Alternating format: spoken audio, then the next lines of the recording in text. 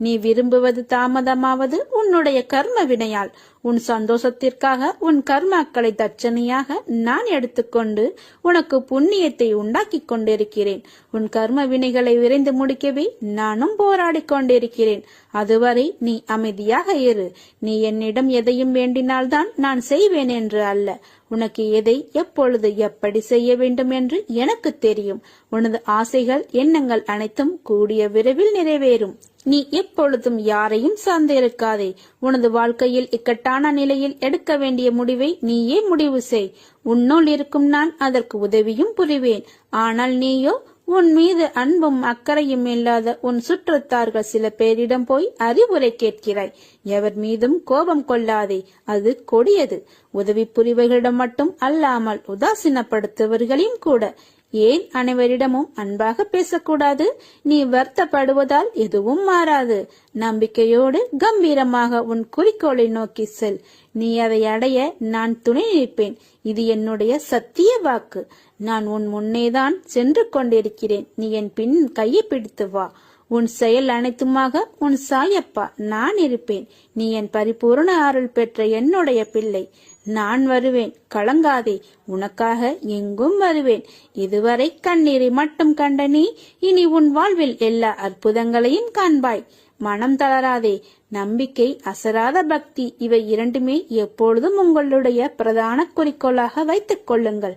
ஒருவன் காத்தாடியை ஆகாயத்தை நோக்கி விடுவான் என்றால் அந்த காத்தாடியின் மீது உள்ள நம்பிக்கை அல்ல, காற்றின் மீது உள்ள நம்பிக்கையையும் நூலில் மீது உள்ள பொறுமையையும் அந்த காத்தாடியை ஆகாயத்தை நோக்கி பறக்க உதவுகிறது. அதே போன்றுதான் உங்களுடைய வாழ்க்கையும். நீங்கள் உங்களது குறிக்கோளை அடைய மிக முக்கியமானது நம்பிக்கை, பொறுமை மட்டுமே.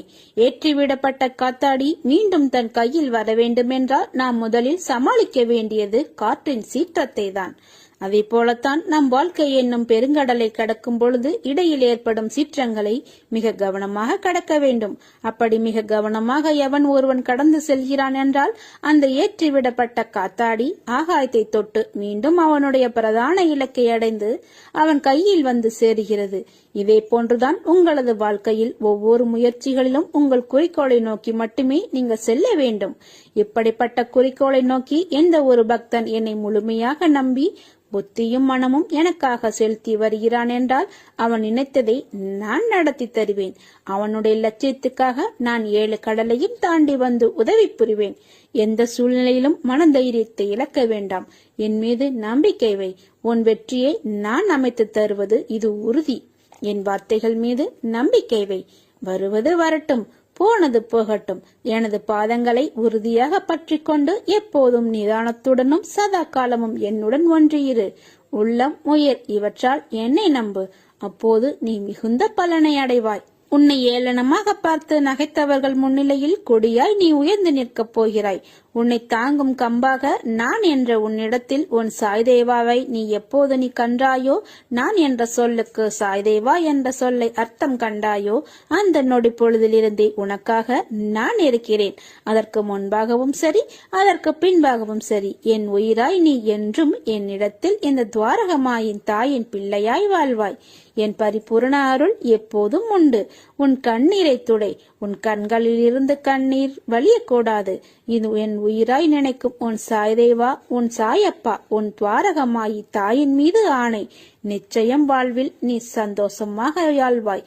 நிச்சயமாக எல்லா செல்வ வளங்களையும் பெற்று வாழ்வாய். பொறுமையோடும் நம்பிக்கையோடும் இரு. உன் பிரார்த்தனைக்கு பதில் அளிப்பேன். கவலைப்படாதே, நான் உன்னை பெற்று எடுத்திருக்கிறேன். இந்த வாரம் நல்ல செய்திகள் பதிலளிக்கப்பட, பிரார்த்தனைகள் தீர்ப்பு முனையாக உன்னை வந்து சேரும். அற்புதங்கள் மற்றும் அனுகூலங்களால் இந்த வாரம் நிரம்ப போகிறது. கவலைப்படாதே, நான் உனக்கு துணையாக எப்பொழுதும் இருப்பேன். நான் யார் மீதாவது கோபப்படுவது போல தெரிந்தாலும் என்னுடைய இதயத்தில் கோபமே கிடையாது. நான் என் பக்தர்களின் பிடியில் தான் இருக்கிறேன். அவர்கள் பக்கத்தில் இருக்கிறேன். எப்பொழுதும் அவர்களுடைய அன்பை தாகத்துடன் நாடுகிறேன். துன்பத்தில் அவர்கள் கூப்பிடும்போது நான் ஓடோடி வருகிறேன். என் பிள்ளைகளுக்காக நான் எங்கிருந்தாலும் ஓடோடி வந்து அவர்களை காப்பது என்னுடைய கடமை. கவலையின்றி இரு, சந்தோஷமாக இரு, நல்லதே நடக்கும். ஓம் சாய்ராம். உன்னுடைய முடிவுகள் தான் உன் வாழ்க்கையில் இடம்பெறும் இன்பமும் துன்பமும். இன்பம் உன் ஆன்மா யோசிக்கும் விதத்தில் தான் உள்ளது. உன் கஷ்டம் காலம் என்பது முந்தைய கர்ம வினை, அதாவது நீ தெரிந்தோ தெரியாமலோ செய்த தவறுகள். அவற்றின் கணக்கை விதி பார்த்து கொண்டேதான் இருக்கும். அதன் பொருட்டே உன் கடினமான நேரங்கள் நிர்ணயிக்கப்படும். அதனால் எதற்கும் மனம் தளராதே.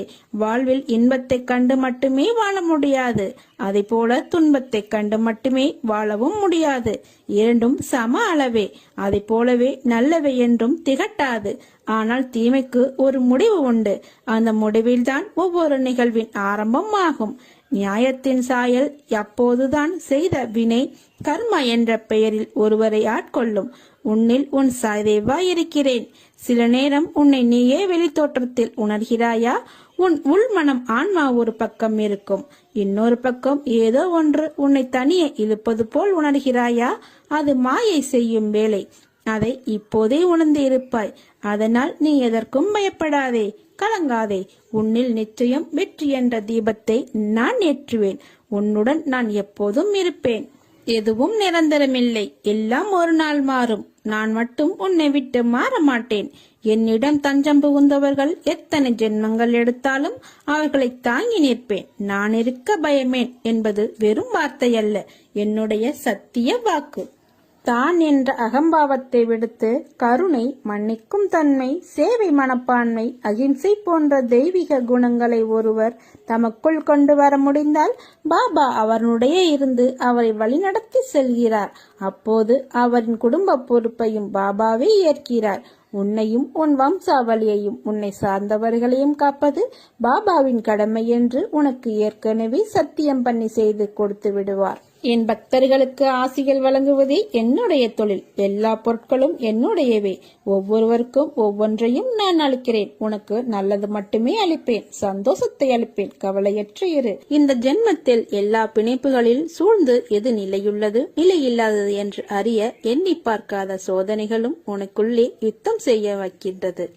யுத்த களத்தில் இரண்டு பக்கமும் நீதான் நிராயுத பாணியாக நிற்கிறாய். இப்படிப்பட்ட சூழ்நிலையில்தான் மகாபாரத்தில் நிகழ்ந்துள்ளது.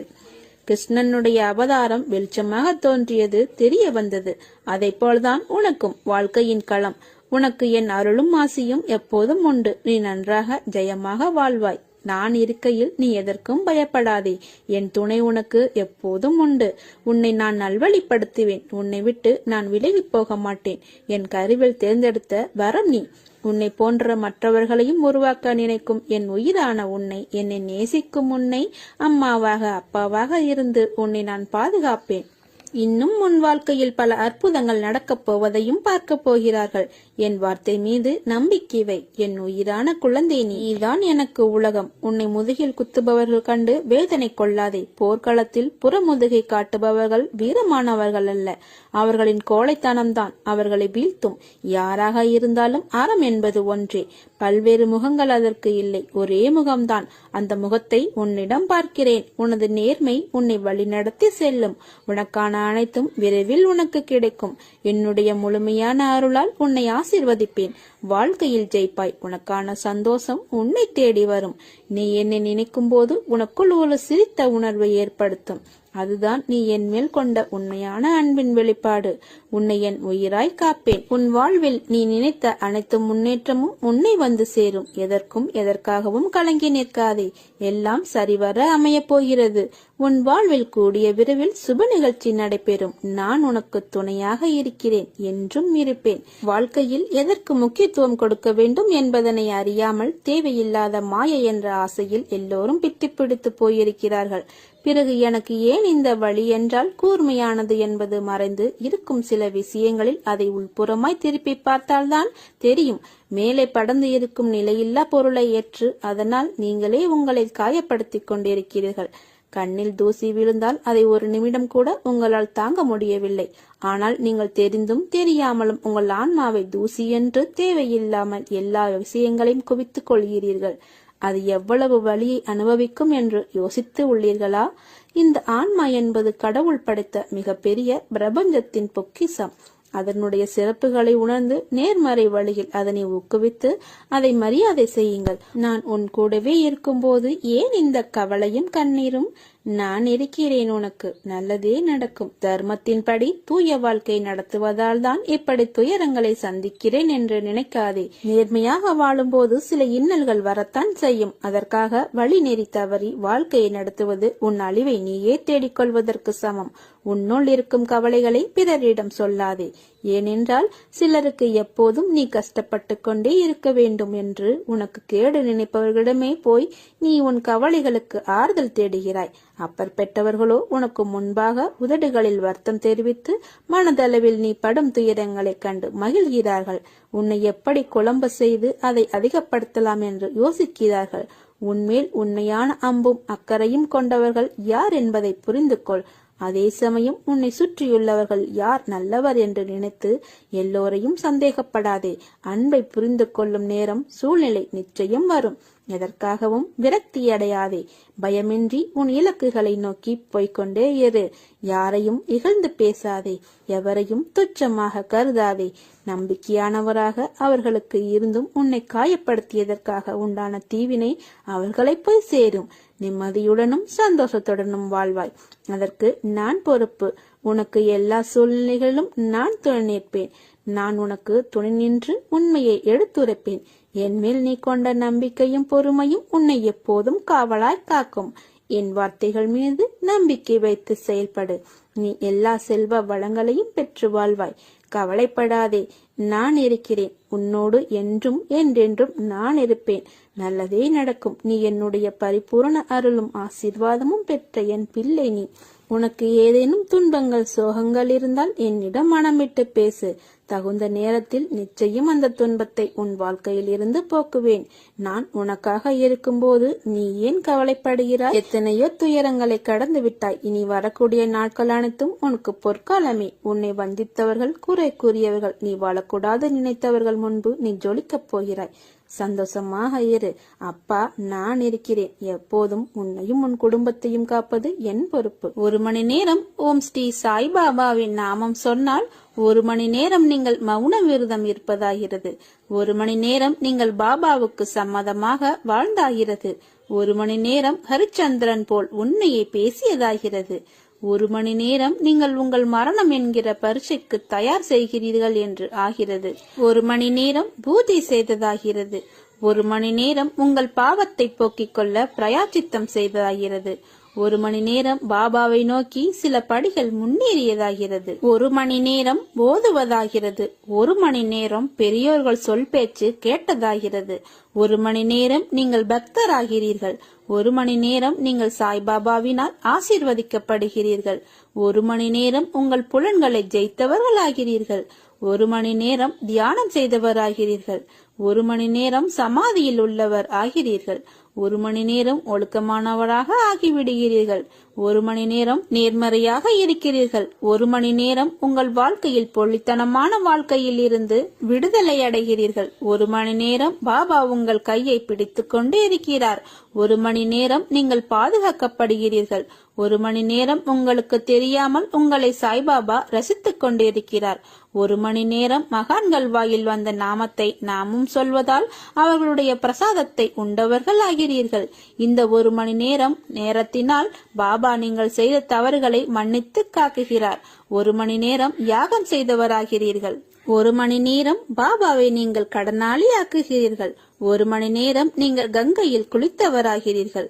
1 மணி நேரம் யமுனையில் குளித்தவராகிறீர்கள். 1 மணி நேரம் காவிரியில் குளித்தவராகிறீர்கள். 1 மணி நேரம் சீரடி மண்ணில் உருண்டு பிறண்டவராகிறீர்கள். 1 மணி நேரம் கோடி கோடியான புண்ணியத்தை சம்பாதிக்கிறீர்கள். எல்லாவற்றிற்கும் மேல் நாமம் வேறு இல்லை, சாயும் வேறு இல்லை. அந்த 1 மணி நேரம் பாபாவே உங்கள் நாக்கில் எச்சில் பட்டு கட்டொண்டு இருக்கிறார். பாக்கியம் செய்திருந்தால் மட்டுமே பாபாவின் திருநாமத்தை நம்மால் சொல்ல முடியும். 1 மணி நேரம் பாபாவின் நாமத்தை சொன்னால் எல்லாம் நல்லதே நடக்கும். நீ எடுக்கும் முடிவுதான் நீ யார் என்பதை தீர்மானிக்கும். அதுவே உன் வாழ்க்கையையும் தீர்மானிக்கும். மனம் திருப்தியே அடையவில்லை என்றால் உன்னால் வெற்றி பெற முடியாது. முதலில் நான் நன்றாக இருக்கிறேன் என்று உனக்குள் நீ சொல்லிக்கொள். அப்பொழுதுதான் நீ செய்யும் செயல்களில் உன்னால் கவனம் செலுத்த முடியும். உனக்கு இப்பொழுது இருக்கும் மனக்குழப்பத்தில் இருந்து வெளியே வருவாய். எச்செயலிலும் முழு கவனம் செலுத்தும் போது மட்டுமே அதிலுள்ள நிறைக்குறையை புரிந்து கொள்ள முடியும். உன் எண்ணங்களை பொறுத்தே இந்த உலகத்தின் மீதான உன் பார்வை இருக்கும். சிலரின் வாழ்க்கை இந்த உலகத்தில் எப்படி வாழ வேண்டும் என்று கற்றுத்தருகிறது. சிலரின் வாழ்க்கை அந்த உலகத்தில் எப்படி வாழக்கூடாது என்று கற்றுத்தருகிறது. கோபங்களை குறைத்தும் சந்தோஷங்களை அதிகரித்தும் காட்டும் முகங்களை தொலைக்காமல் நிரந்தரமாக தக்க வைத்துக் கொள்ளுங்கள். வாழ்வதெல்லாம் வாழ்க்கையல்ல. அன்போடு பேசி பண்போடு பழகி நேர்மையுடன் நடந்து உண்மையுடன் உழைத்து வாழ்வதுதான் வாழ்க்கை. நம் உழைப்பில் இருக்கும் கஷ்டத்தை பார்க்காமல் நாம் வேலை செய்தால் போதும், வெற்றி கிட்டும், சந்தோஷம் தானாக வரும். அடுத்தவரை காயப்படுத்தும் முன் நீ அந்த கஷ்டத்தை அனுபவித்த போது ஏற்பட்ட மனக்காயங்களை நினைத்துப்பார்.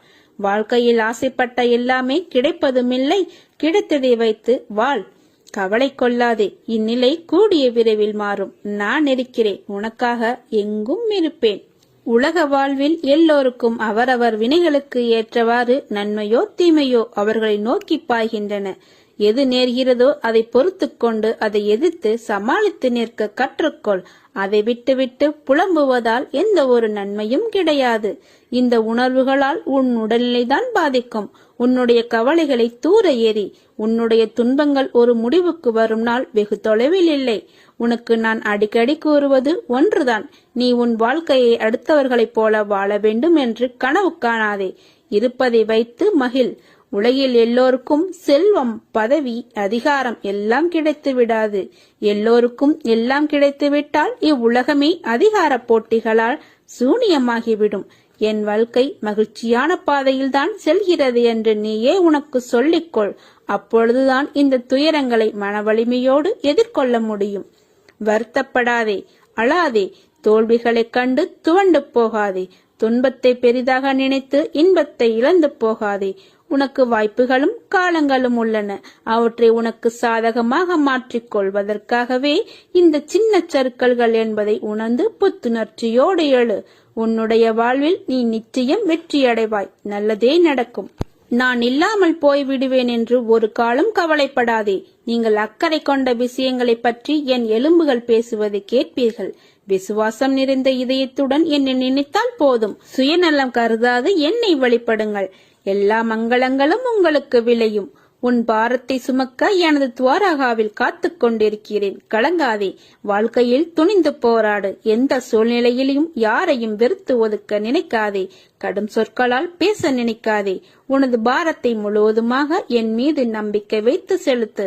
நான் தயாராக இருக்கும்போது எதற்காக கவலைப்படுகிறாய்? நீ படும் வேதனையில் இருந்தும் உன்னை விடுவிப்பேன். உனக்கு ஏற்பட்ட பல கஷ்டங்கள், கடன் தொல்லைகள், இவைகளிலிருந்து உன்னை விடுவிக்கப் போகிறேன். இதுவரை நீ நேர்முகமாகவும் மறைமுகமாகவும் நீ பட்டது எல்லாம் போதும்.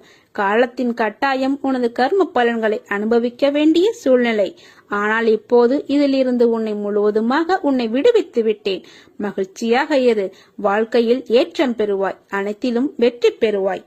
நான் உன்னுடன் இருக்கும்போது வீணாக அழாதே.